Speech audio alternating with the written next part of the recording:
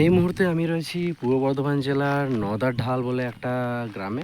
পাশে rail line আছে কিছুটা দূর গিয়ে। তো গতকাল রাতে বৃষ্টি হওয়ার পর বলতে গেলে আমাদের পরিবেশটা পুরোটাই অনেকটা বলতে গেলে চেঞ্জ হয়ে গেছে। কেননা দুদিন ধরে যা মেঘলা আবহাওয়া ছিল, তো বলতে গেলে একটা গুমোট ভাব ছিল পরিবেশের মধ্যে। তো কালকে বৃষ্টি হওয়ার পর বলতে গেলে পুরো গুমোট ভাবটা কেটে গেছে এবং পরিবেশ একদম পুরো স্বচ্ছ, আকাশ একদম নীল হয়ে গেছে। আর পরিবেশ মানে গাছগাছালি দেখতেও ভালো লাগছে। অবশ্য গ্রামের পরিবেশ যাদের কাছে ভালো লাগে তাদের অবশ্য এই জিনিসটা খুবই একটা লোভনীয় ব্যাপার। কিন্তু আমরা তো বলতে গেলে বর্তমান সময়ে একবারে কলকারখানা, বাজে ধোঁয়া এইসবে অভ্যস্ত হয়ে পড়েছি। গ্রামের প্রাকৃতিক নির্মল পরিবেশটা তো আর আমরা দেখতেই পাই না গো।